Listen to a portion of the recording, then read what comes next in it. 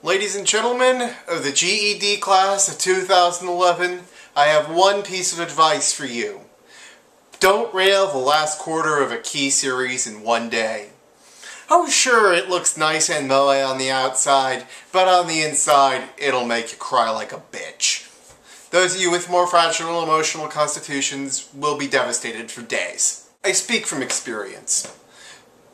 The first time I did this, it was around this time last year, when I watched the last 6 episodes of Clannad After's story in one sitting.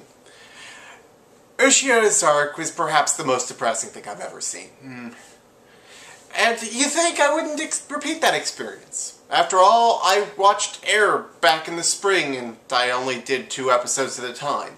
Of course, Air was done by a broke studio with almost no experience at making an entire series. Even the original story wasn't as good, but that was perhaps because it was more porn-centered than the later key stories. But on Sunday night, I sat down and I decided I was going to watch 3 episodes of Kanon. That was going to be it for the night.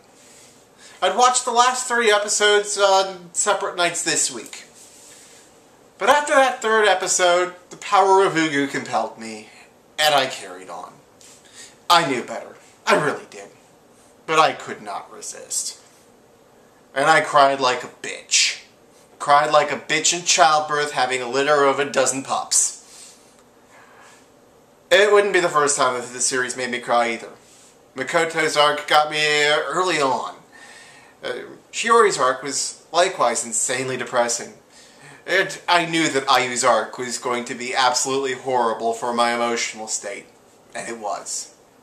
That said, not every arc hit home. Mai's arc ended in such a flurry of WTF that I didn't know how to react. Nayuki was entirely underdeveloped, and the climax of her arc was quite contrived and actually buried in Ayu's arc. And her emotional attachment to Yuichi was kind of disturbing. And Kaori was just too much of a bitch towards Shiori for me to be at all sympathetic towards her, even though she didn't really have much of her own arc. But hey, the school uniforms were awesome. Yes, I said that. I can't let such blatant fan service pass without comment. I seriously doubt any real school would ever get away with that kind of uniform.